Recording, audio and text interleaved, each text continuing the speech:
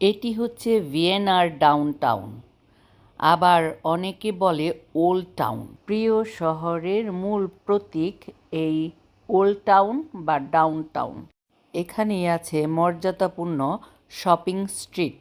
Designer label পোশাকের জন্য এই জায়গাটি উপযুক্ত স্থান। এইখানে আছে বহু শতাব্দীর বিস্তৃত মার্জিত ভবনগুলি। This one is plague column in the brick plaza. প্লেগের বিরুদ্ধে একটি শপথ ছিল কার্ল ক্রিচের। বছরটি ছিল 1713 সাল। ভিয়েনা একটি বিধ্বংসী প্লেগ দ্বারা বিধ্বস্ত হয়েছিল সেই সময়টিতে। Beautiful place. কোনটা থেকে কোনটা দেখব?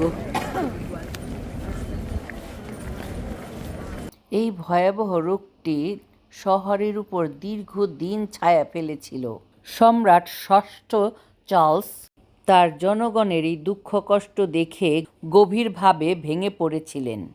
তাই তিনি দৃঢ় প্রতিজ্ঞা করেছিলেন, যদি এই প্লেগ কমে যায় তাহলে তিনি প্লেগ আক্রান্তদের পৃষ্ঠপোষক সাধু চার্লসকে উৎসর্গকৃত একটি দুর্দান্ত গির্জা তৈরি করবেন। হতাশা ও বিশ্বাস থেকে জন্ম নেয়া এই ব্রত ভিয়েনার অন্যতম আইকনিক ল্যান্ডমার্কের ভিত্তি স্থাপন করেছিল, যার ফলস্বরূপ গির্জা আর এই স্মৃতিস্থাপকটি নির্মাণ করা হয়েছে।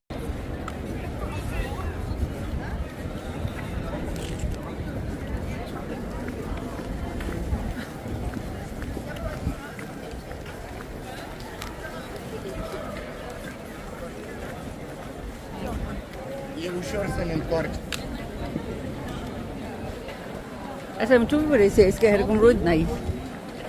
ও, এই যে ক্যাথেড্রাল। ধর আমি নেই।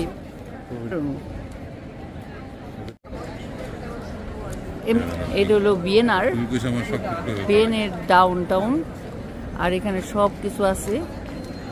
এখানে যে শপিং মল, খাবারের দোকান, আর এখানে যে মানে যেখানেই যাই না কেন সিনেমেটিক প্যানোরামিক্স ভিউ এভরিওয়্যার। এত সুন্দর জায়গা, বিউটিফুল। যেমন হাঙ্গেরিতে তেমন এই ভিয়েনাতে। এতদিন শুধু শুনে আসছি, আজকে দেখতে পাচ্ছি এমন সুন্দর জায়গা। অনেক সুন্দর ডাউনটাউন। ভিয়েনা হচ্ছে অস্ট্রিয়ার রাজধানী। এখানে অনেক দোকানপাট। আমাদের এখন একটা সুন্দর জায়গা খুঁজতে হবে খাবার জন্য। ওই পাশে ওই চার্চটার দিকে আসি।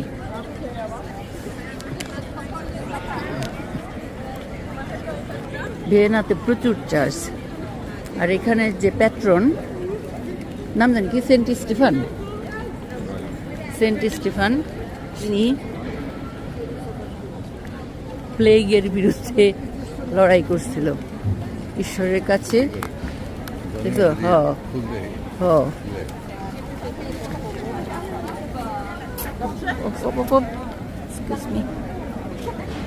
পিছে দেখবা লাগছে, পিছ দিয়ে মানুষ এবার লাগছে। দেখো কত বড়া। আমাদের টরন্টোতে প্রচুর মানুষ, কিন্তু এইখানে যেমন আরো বেশি।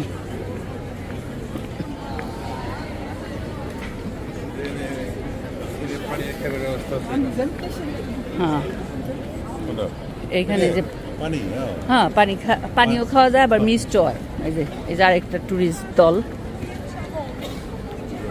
আমাদের এখন 3 ঘন্টার ব্রেক দিছে, তো আমরা এই যে ঘুরে ঘুরে দেখতেছি। 3 ঘন্টা পরে আবার মিটিং পয়েন্টে গিয়ে তখন আবার চার্চে যাব, আরেকটা চার্চ। হ্যাঁ, ওয়াশরুমটা তো দেখছি। ওয়াশরুম তো ওই মিটিং পয়েন্টের ওইখানে। হ্যাঁ, মিটিং পয়েন্টের ওইখানে। ওই গির্জাটা দেখবার লেগে এইদিকে যাবে লাগছে।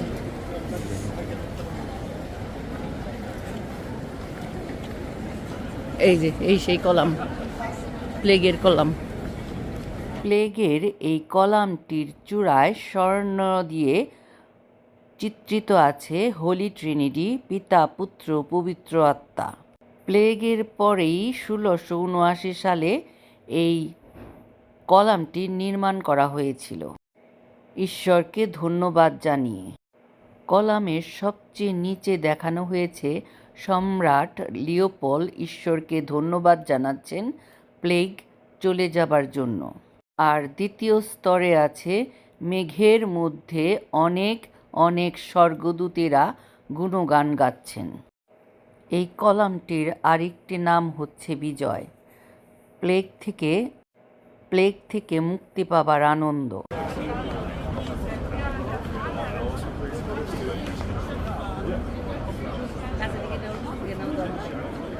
এটা তো ভিডিও।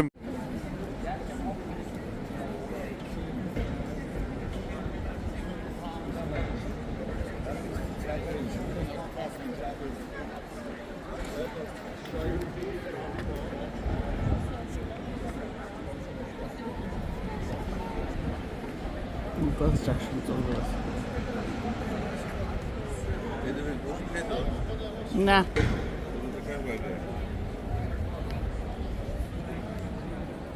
এই যে আমার আরেকজন বসে বসে ওষুধ খায়।